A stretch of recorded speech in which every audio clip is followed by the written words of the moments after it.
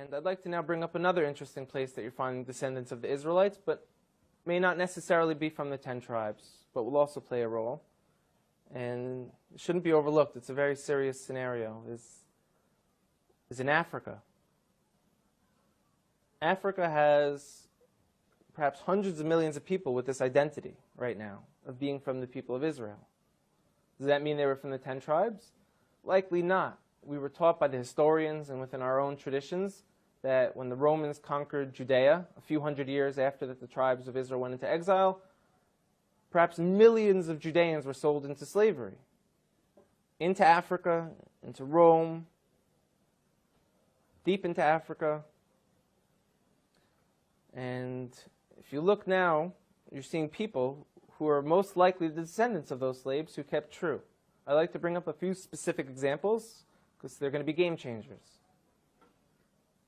One of them wrote letters to Israel when it became a state. And they said, we're Israelites out in Africa. You know, everyone laughed at them and they said, African Israelites, these people are just trying to jump on the first world country bandwagon.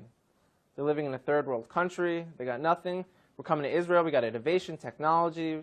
So they're trying to get on this train because there's such a thing called the right of return. All descendants of the Jewish people from around the world are able to move to Israel. So they said we are also. And everyone kind of laughed at them, like I said. And a few people took it serious and went out there and started studying them, learned about their culture. And a professor from Duke University went out there and did DNA testing on them. And he showed not only do they share Semitic genes from people who were in Yemen and back to the Middle East, these gentlemen, a large percent of them, have the Y chromosome to be Kohanim, to be priests. Now, if anyone who doesn't know, a priest is a specific family clan of the nation of Israel who come from Aaron, the brother of Moses, who was the first priest. And anyone descended from Aaron has the status title priest. And we found that these men in this village in South Africa called Lemba, L-E-M-B-A, carry this genetic marker. That's mind-blowing. So everyone kind of got humbled a little bit who laughed at them and said, now what? Now what do we do about this? This could have tremendous implications. Another area in Africa you have something big happening is in Nigeria. You have the Igbo people, or Igbo, pronounced either way. There's 40 million of them, also Christians, like I spoke about before, how that could happen to the children of Israel very easily. But also a lot of them are now coming out and converting back or adopting the rules of the Torah without all the paganism that they've been practicing for hundreds of years. There's been books written about it from scholars in Nigeria, from scholars from the Jewish people. And where it gets interesting is, in America, there was a slave trade. And a lot of the slaves, a very high percentage of them, came from Western Nigerian ports. And in America today, you see a very large movement of African Americans who say that they're the real chosen people, that they're the children of Israel, they're the Judeans. You know, so what are they just trying to create an identity for themselves because they were slaves, or is there really something here? And the answer is, most likely there is something there. And most likely, maybe that they were the original Israelites, and maybe that the Jewish people today who are white, Caucasian people came in a little bit later on. We know that some of the greatest sages of the transmission of the Torah were converts from Rome. You have a man named Onkelos who wrote a commentary on the Torah, unprecedented, that we still learn today. He was a convert. Some of the largest pillars on the transmission today were Roman converts. So here we are, we're Caucasian Jewish people, and now you have people in Africa saying that they're the real people of Israel. It can't be ruled out at all. We know they were sold into slavery. We know now that they're fulfilling prophecies by saying, we're coming back.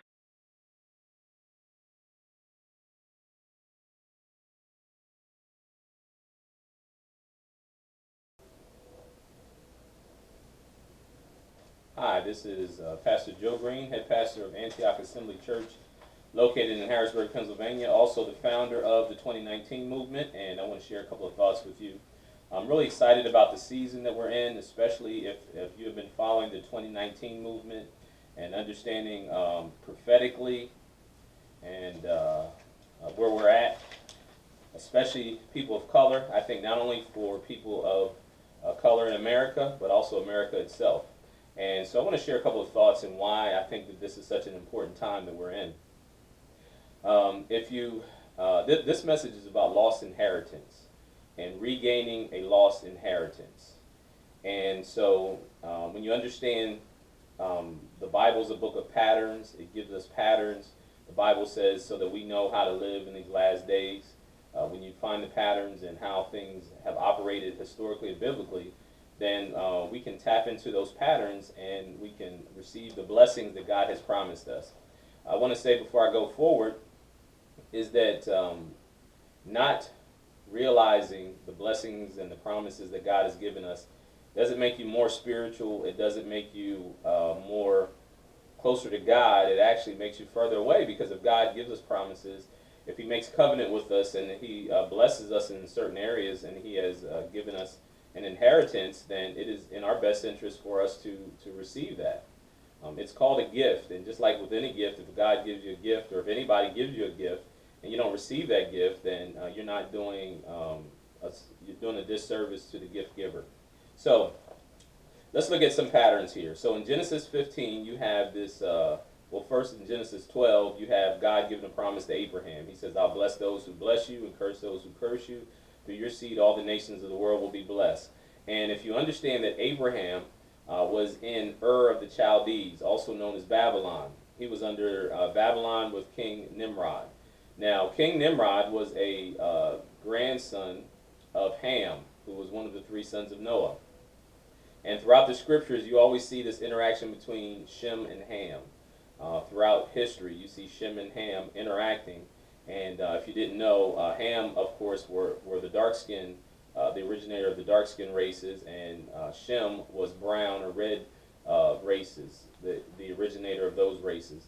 Japheth, of course, was the son of Noah, who was the predecessor of the white races. So Japheth migrated into the north, into Europe. Shem and Ham hovered around the Middle East and even into Africa. And then you also have people that migrated to Asia as well. But so when you understand that Nimrod, who was the leader of Babylon, was a descendant of Ham, the Canaanites were descendants of Ham. Canaan was the youngest son of Ham. And also Mizraim is a grandson of Ham as well. Mizraim, many of you may not recognize that name, but that is Egypt. And so not only is Egypt or Mizraim a descendant of Ham, but the word and the name Egypt represents bondage. So anytime you see the word Egypt, there's a physical place called Egypt. There was a person who originated the nation of Egypt, which was Mizraim, also known as Egypt. And then you have the spiritual Egypt, which represents bondage. And that's going to be important as we go forward in this talk. So the promise to Abraham was that through his family, all the nations, all the families of the earth would be blessed. There's a 400-year prophecy that God gives Abraham in Genesis 15. He says, for 400 years, your descendants will go into Egypt, and then I will deliver them with great wealth or great substance, the Bible says. So Abraham his seed goes into Egypt. The 400-year time is up. And so God sends the Messiah through Moses. Now again, if you recall, at Babylon, that was the land that Abraham dwelt in, his family dwelt in, and that was the land of the descendants of Ham, and Abraham was a descendant of Shem.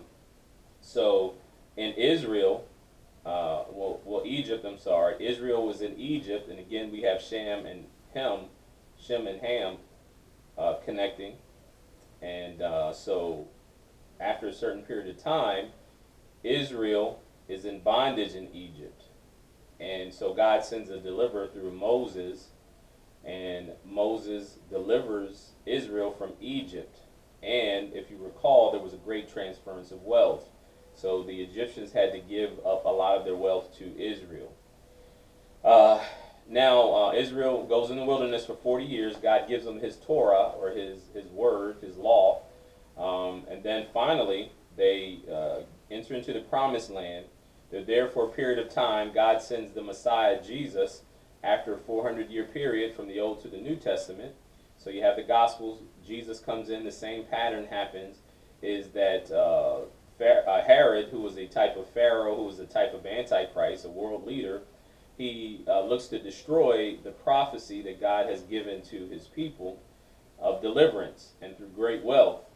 And so what does this globalist world leader do? He attacks the families, he attacks the males. There was economic oppression through taxation. You know, in Egypt, they were economically oppressed through having to do hard labor without the resources to do it. And they were in bondage then. And so you see the same pattern that happens. Then Jesus is born, of course, and Jesus and his family does what? They flee from Herod when Jesus was a very small child. They go into Egypt to hide. Now, it's important to understand that Ham, of course, was a dark-skinned race. So Mizraim, or Egypt, represented dark-skinned people, so or people of color. So if Moses goes there and he hides, well, Moses, when he was born, he lives in Pharaoh's house as Pharaoh's grandson, so he would have had physical attributes that were similar to Pharaoh's, obviously. If Jesus and his family goes and hides in Egypt, they must have somewhat, resembled the people of that land. And so this is a pattern that we see here. Now, after Israel Israel's in the Promised Land, they're in Jerusalem for a period of time. Then after the Messiah is resurrected, after Jesus is crucified and resurrected, Israel again turns away from the law of God. They reject the Messiah, and then in 70 A.D., the Romans come from the north and they pillage Jerusalem. They take the temple apart. They take all the gold. They ravage. They take all the treasure, because the temple in Jerusalem was a magnificent sight. King Solomon, if you're familiar with Solomon was able to build the temple, and it was just a magnificent sight. Gold, precious metals, cedar wood. It was just an incredible and a large structure. So the Romans come in. They take all the gold and all the treasure, the metals, the precious metals, the resources out of the temple. They take it apart. And so now you have these Israelites here that are Hebrew people in Jerusalem. They get taken into captivity. Some of them flee south into Africa. And so some of them flee, and there's various tribes that have been found to be of Semitic descent. And so let me find this article here. And you have the chance to, you can look the article for yourself as well. So this is an article. It says British scientists have confirmed with DNA testing that African tribes in northern South Africa are Semitic people. They are actually Semitic people. They are descendants of Abraham. And here's some of the other tribes that they found spread out throughout Africa, because one of the curses of God's people was that they would be spread out through all the nations of the world. It's called the diaspora. They were spread out from Jerusalem and they had to flee. So here's some of the tribes. The Beta Israel tribe of Ethiopia, the Abayuda tribe of Uganda, the Tutsi tribe of Rwanda. And if you recall that there was a time when the Hutus and the Tutsis were at war in Rwanda, there was a great massacre there. The Rusapi tribe of Zimbabwe, the Lemba tribe of South Africa, the Sefwi tribe of Ghana, Ashanti tribe of Ghana, the Ui tribe of Ghana, the B'nai Ephraim tribe of Nigeria, the Lam tribe of Timbuktu, the Katsina tribe of Nigeria, the Zafin Ibrahim tribe of the Malagasy Republic, and the Ibu tribe of Nigeria. All of these tribes, through DNA testing, have been confirmed to be of Semitic origin, which means they were descendants of Abraham, Isaac, and Jacob. So this was through DNA testing. They find this Y chromosome that is common in Semitic people. So this confirms when I'm telling you that many of these Hebrews that were not only people of color, but they fled south into Africa and West Africa. We also have on the west coast of Africa, in Ghana and some of these places, you had these tribes of dark, brown and black Hebrew people that were taken captive by the other African nations. And so now you have the beginning of the transatlantic slave trade. So the transatlantic slave trade wasn't just people from Africa, but more specifically, many of these people that were taken in the transatlantic slave trade were actually Hebrew people. And so these other African nations were enslaving Hebrew people, and they sold them into slavery. And so, sometimes we believe or think that like the Europeans just went into Africa and just start snatching people off the street and throwing them on ships. That's not the case. Most of the people that they got from Africa were people that were already being enslaved by other African tribes. So they just made deals with them, and sometimes they traded for weapons or they traded for things from Europe with these African tribes, and in return they were sold these slaves. And like I said, it's reported that many of them were actually Hebrew people that were enslaved. So another interesting thing, and we're going to go to Revelation 2 and 3, chapter 2 and chapter 3. But I want you to understand that there is a group of people, we call them the Illuminati, some people call them... All right, we're here at the gate of no return, as you can see, here in Ouidah, Benin. So this is where, during slavery, so the slaves were sold here. No, they leave Africa. They leave Africa here. For the lifetime without any hope to a deadly and hardly destiny. The Kabbalists, they are what's called Ashkenazi Jews. So the Rothschild family, the international bankers, and many other people are actually called Ashkenazi Jews. And so I'm going to share who they are. But let's go to Revelation chapter 2 and Revelation chapter 3 so we can get some insight. Because again, we're talking about lost inheritance. We're talking about how that these people are not receiving, people of color are not receiving their God-given destiny that has been promised to them, their God-given inheritance. So let me look through my notes here. So in Revelation chapter 2, beginning with verse 8, it says, "And an angel of the church in Smyrna write, These things says the first and the last who was dead and came to life. I know your works in tribulation and poverty." It says you're rich, but right now you're in poverty. "I know the blasphemy of those who say that they are Jews, but they are not, but they are the synagogue of Satan. Do not fear any of those things which are about to suffer. Indeed, the devil is about to throw some of you in prison that you may be tested, and you will have tribulation 10 days. Be faithful until death, and I will give you a crown of life. He who has ears, let him hear what the Spirit says to the churches. He who overcomes shall not be hurt by the second death." Now, in Revelation chapter 3, beginning with verse 9, it says, "Indeed, I will make those of the synagogue of Satan who say that they are Jews and are not, but lie. Indeed, I will make them come and worship before your feet, and to know that I have loved you." So we're talking about the Illuminati, which are Ashkenazi Jews. They are Kabbalists. So they don't actually practice true Judaism. They practice Jewish mysticism. So Jewish mysticism, also known as Kabbalah, is a pagan religion that Israel picked up when they were in captivity in Babylon. And again, we recognize that Nimrod and the Tower of Babel was the origination of all the pagan religions of the world. So it says here that there's a group called the Synagogue of Satan that say that they're Jews, but they're not. They're lying. So we understand that they know that they are not actual physical descendants of Abraham, Isaac, and Jacob. So there's an article that I want to share with you that was in the Los Angeles Times, and this article was September the 9th, 2014.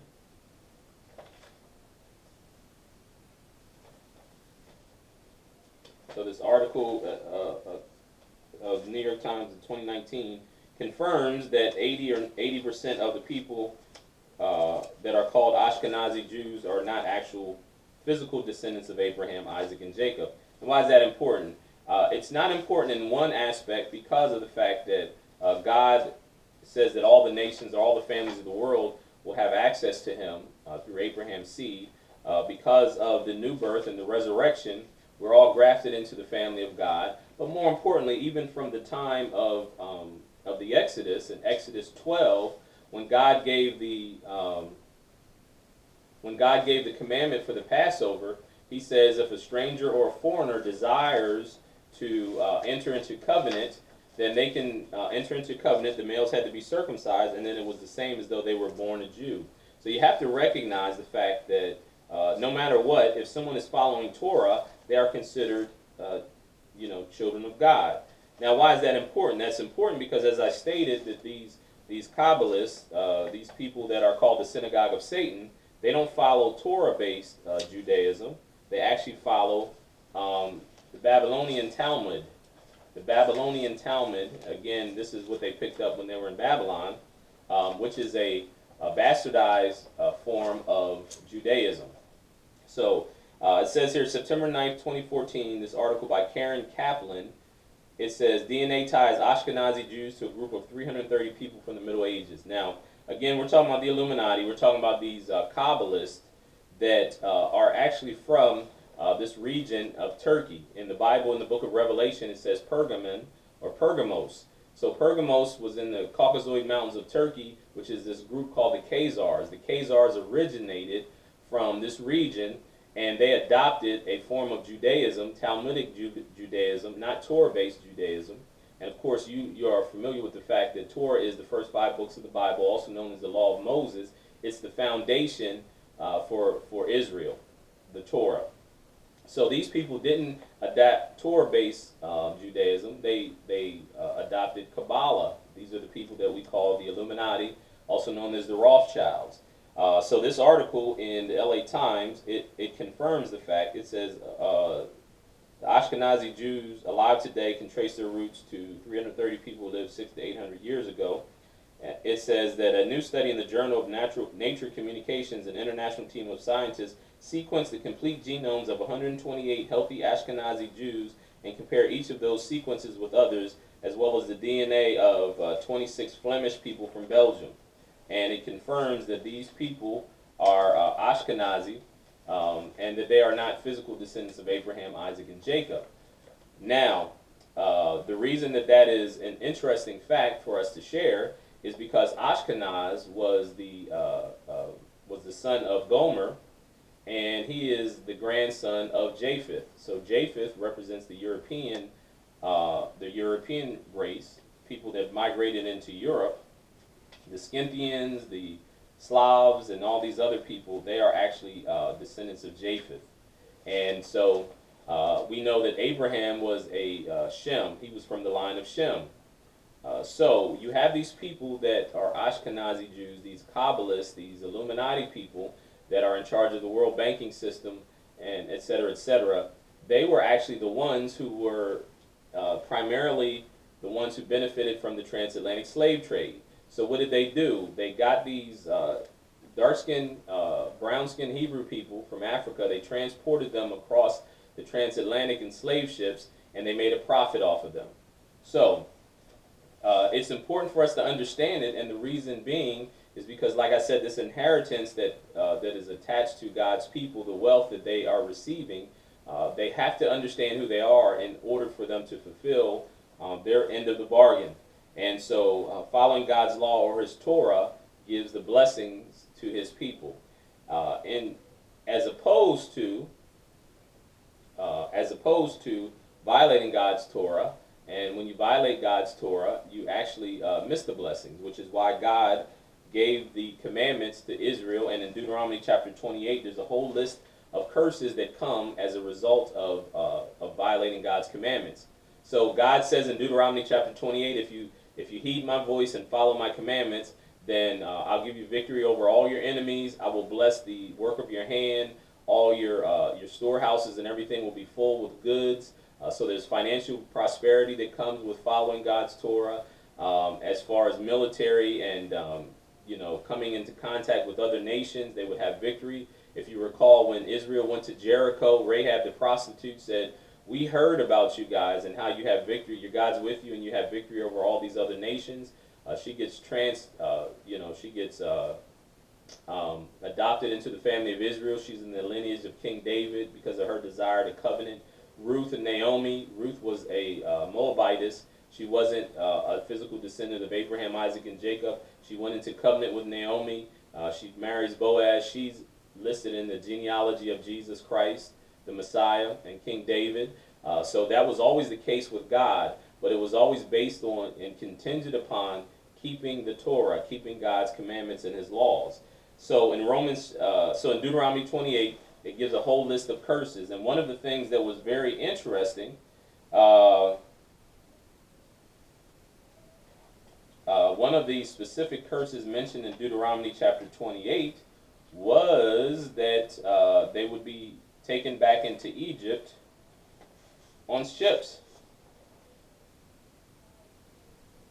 Now, why is that important? That's important because if you understand the nature of slavery, there's been slavery since the beginning of time.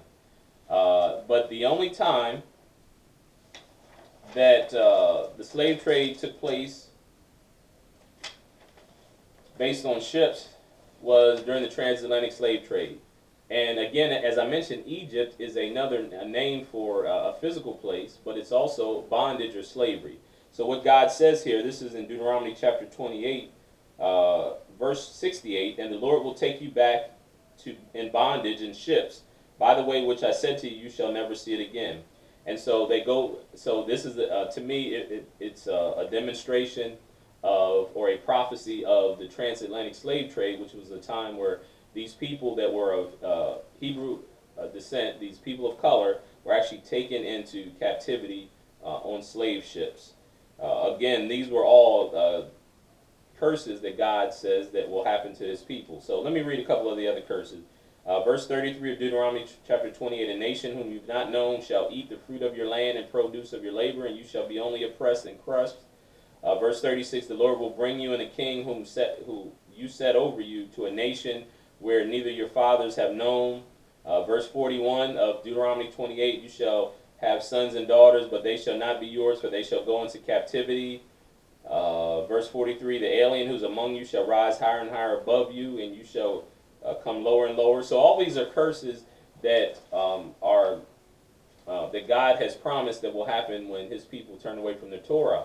So in Romans 11, but it also talks about the fact that there's a blindedness that God allows on his people for the Gentiles. And it also, it says that the riches of the Gentiles happens as a result of the blindedness of God's people. But it also says he will not forsake the original branches, but they will be restored. And so after the time of the Gentiles is complete, because he allows the Gentiles to be wealthy, to provoke Israel to jealousy. And so if you think about it, the economic oppression that has happened to people of color, whether they be in Africa or whether they be in the United States. In the United States, we were the number 2 minority group, but now we're down to 3 or 4. If you look at economically, we are the low man on the total pole in regards to owning a property or having wealth or all these type of things. And I would say to you that based on the Word of God and the prophetic utterances of the Word of God, this is all a result of turning away from God's Torah. But of course, as we mentioned, the 400-year cycle is about to become complete, because in 1619 the first people were transported from Africa on the transatlantic slave trade. So if that is the case, then 2019 represents the 400-year pattern coming to an end. And so I believe that this is the time that God's people are waking up, those people of color that are actually descendants of God's people, of Abraham, Isaac, and Jacob, through the lineage of the Messiah. And because of that, there will be a great transference of wealth once we come into the knowledge of who we are and return back to God's Torah, his teaching and instruction.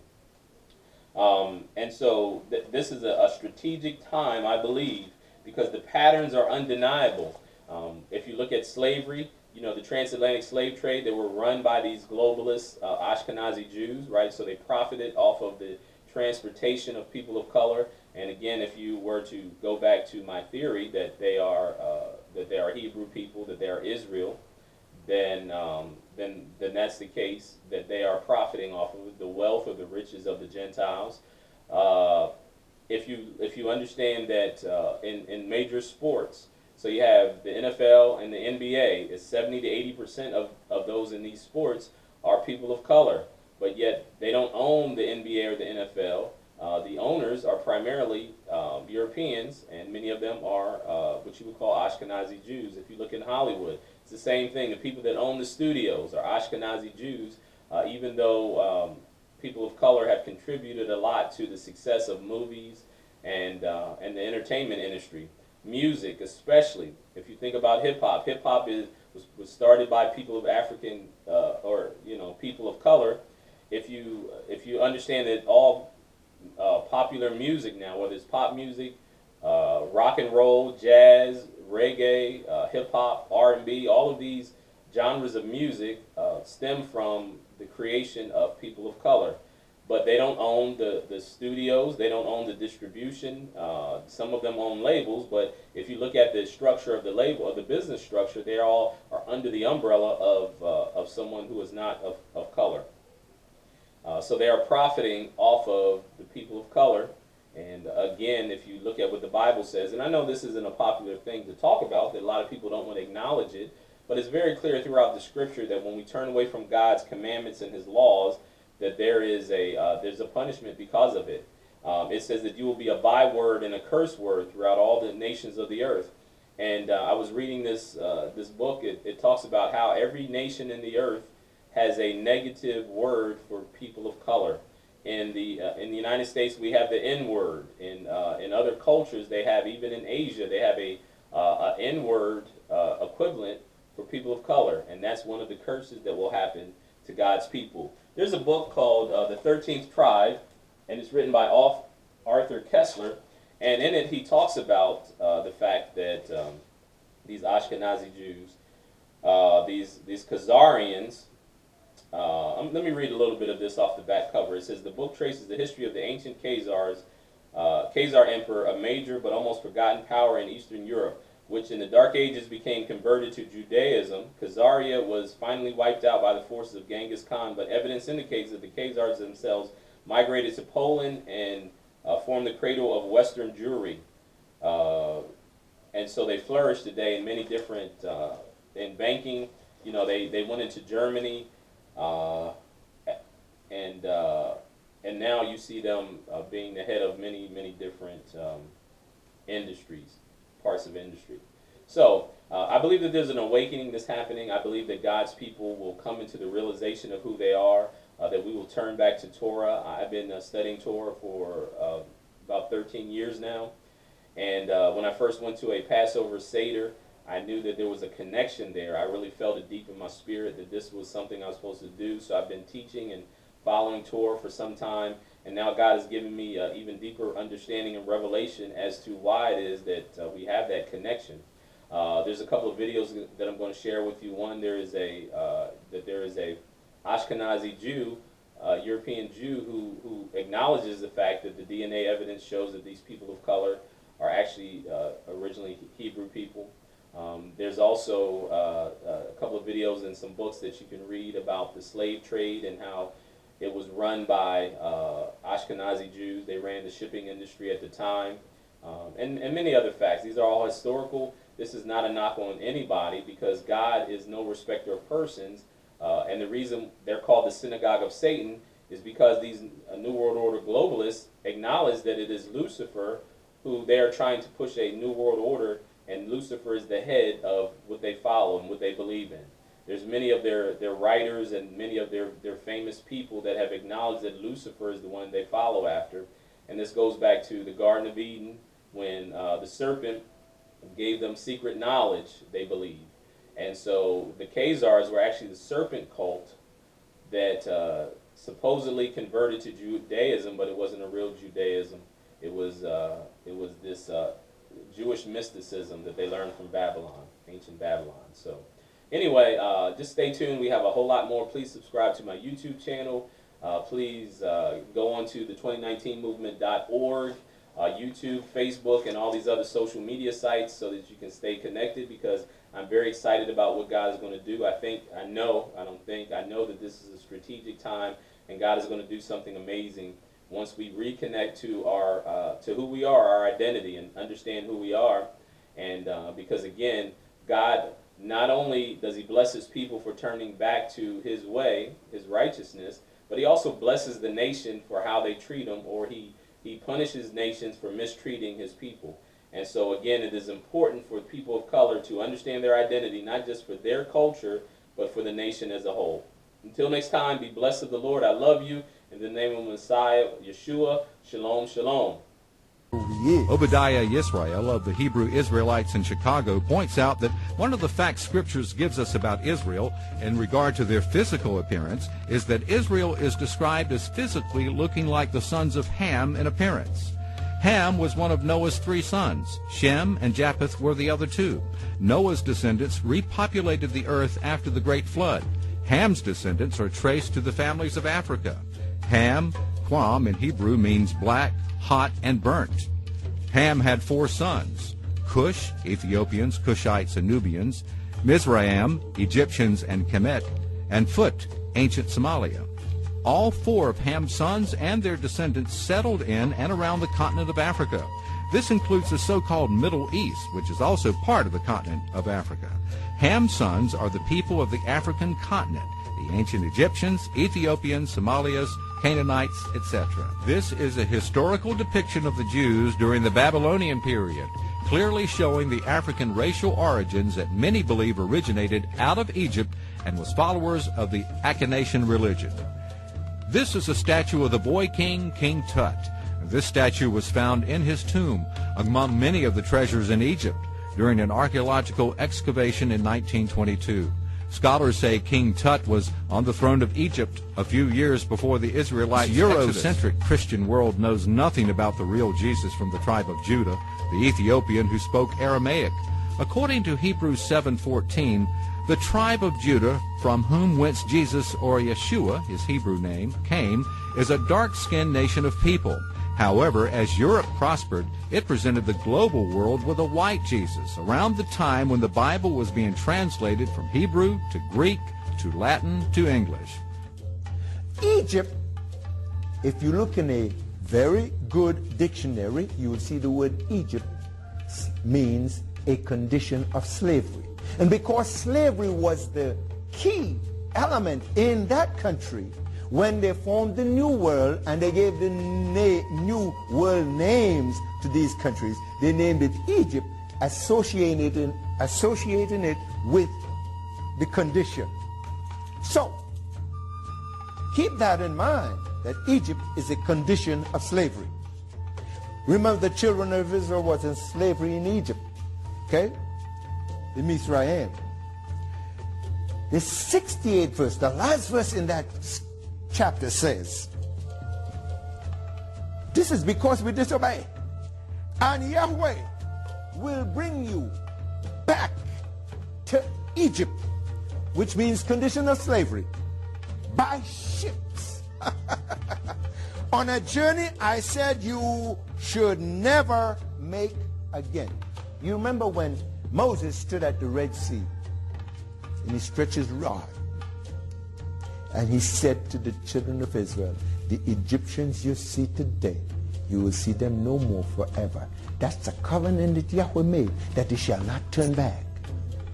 But because they disobey, he's going to bring them back.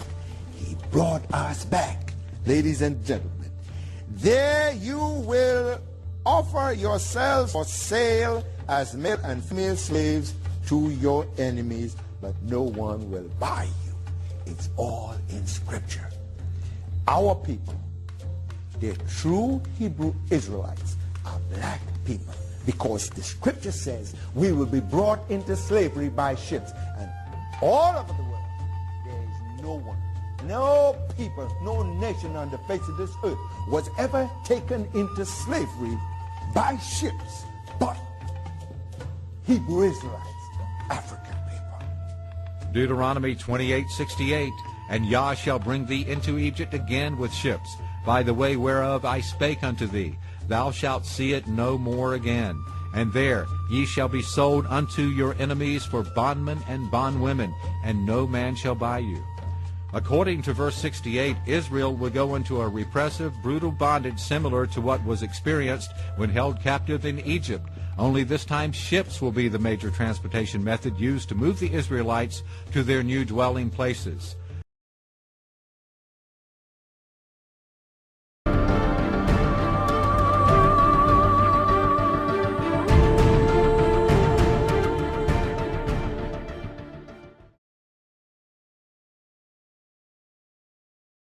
I've known in my heart for a very long time that I need to go to the Holy Land. My mother's father had always proudly affirmed that he was a true black Judean. This journey was an ancestral calling to rectify the fallacies that have been perpetuated about this biblically historic land, its region, the people who claim to be its original inhabitants, and the people who have in fact lived on the land for generations upon generations.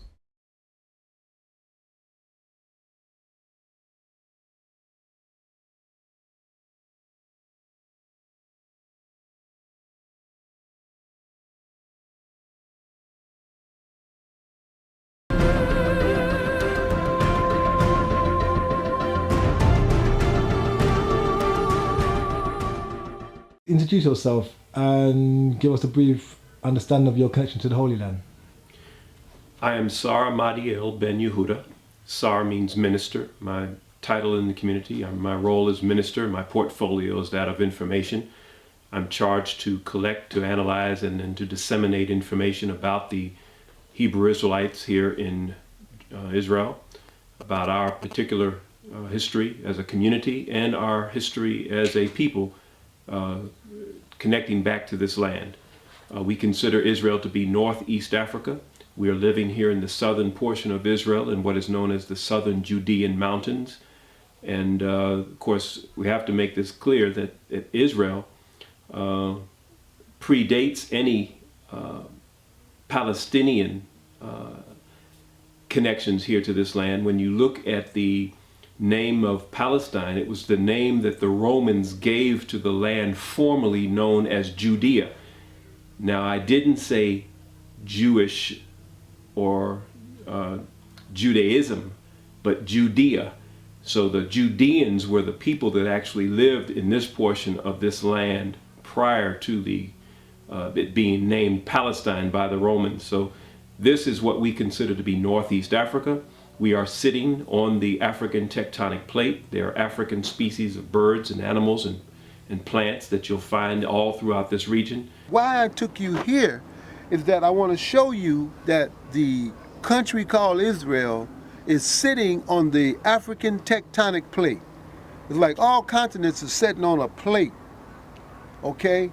And these plates, sometimes they slide in, you know, and they rub one another and see, and what happens, that's what happens when earthquakes happen. The plates begin to slide among one another, and if you get a crack in one of the plate, magma will come up, you know, like a volcano.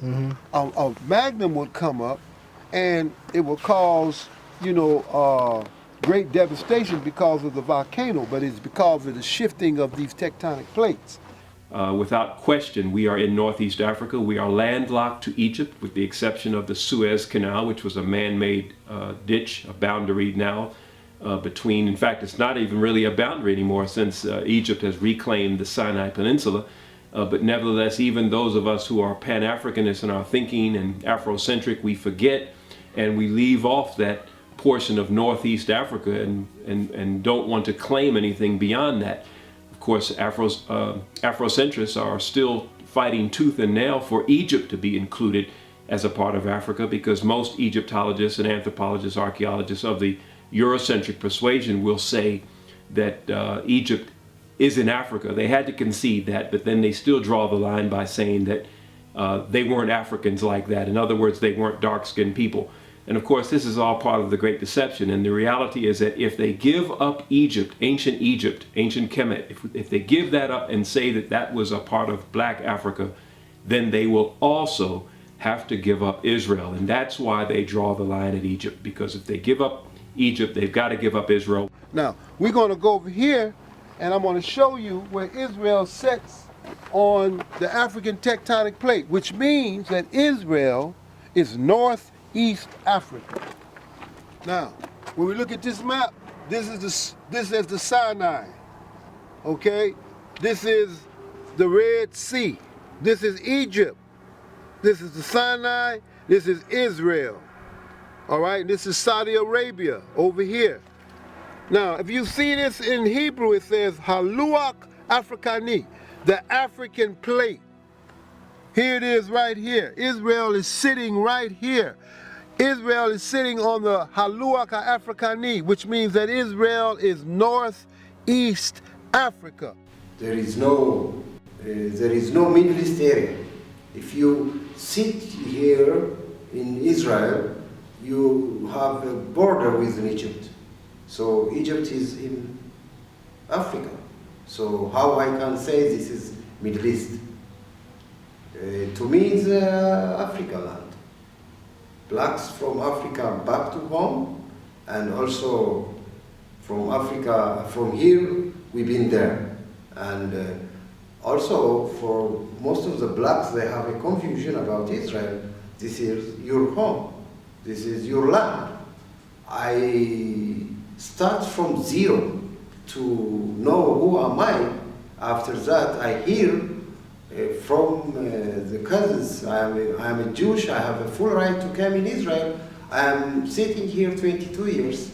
So from Bible also you learn most of the history and the Bible of the prophets or the people inside the Bible, they are not blondes or blue eyes. They are looks like me or looks like you. So I believe this is the land of Africa. So in your eyes, this land, the Holy Land, what they call Israel, Palestine, this is Africa? This is Africa. This is Africa. The Europeans, I mean, because we know the Europeans classify this as the Middle East. But this is Africa. This is Africa. This is north of Africa. Now they make Libya and Morocco and Tunis, they say it's North Africa. It's west, the west. We are in the north. This is the Mediterranean Sea right here. So people say, well, why do you say, but it's Asia Minor? You know, when Europeans be talking about this Asia Minor, I ask them, where's Europe Minor? Where's America Minor? Okay, this is the only continent with a minor. And you know what that minor is? It's a minor lie. It's really a major lie. Understand what you're talking about? Some Asia Minor. Where's Europe Minor? Where's America Minor? But see, when they say Asia Minor, they don't have to classify this land as being part of the African continent. And they want to call it the Middle East. The middle of what? Okay? The only reason why they call this the Middle East because people here in England, when they would come down into the Mediterranean Sea and go through the Suez Canal, go into the Red Sea and go to Far East, go to China, they were saying they was in the middle of their journey. We've done a great job in being able to demonstrate that this is Northeast Africa. And once we begin to look at it as such and we stop believing this idea of Israel being a part of the Middle East. What do you mean Middle East? Is there an Upper East, a Lower East?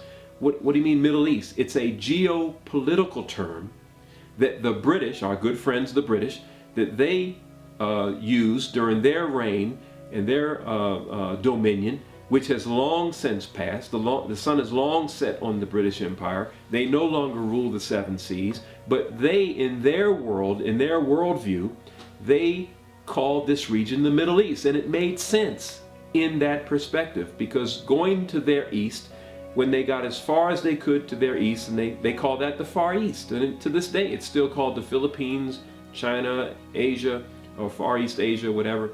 So when you look at going to those regions and passing through this region, passing through Syria, passing through Israel, passing through Egypt, passing through Afghanistan, Iran, etc., it made sense according to their worldview to call this the Middle East. It was the middle of their East. But no longer will a geopolitical term suffice for what we're saying is geological and geographical truth. Europeans classified this area as a Middle East. You know, and then since this the Middle East, the other question, where the Middle West? Where the Middle North and where the Middle South? They don't have no geographical terms like that. And the only reason why they use that term, Middle East, because it disconnects the proper connotation that should go with describing this land geographically. So to me, what I understood, also I learned in Ethiopia what is the geography of Africa and Middle East, automatically I feel like Africa. So even now, after 22 years, I saw the culture, I saw the meal, you know, there is no Middle East culture. All of these things came from Africa and also from this culture, or originally from here, from this land, from Jerusalem. And now to see the things properly Africa, not Middle East. So let the truth speak for itself. It's not my interpretation. Here it is in Hebrew. This is written in Hebrew. And in Hebrew that says? This says Luach HaAfrikani, the African tectonic plate. That's where Israel is sitting on.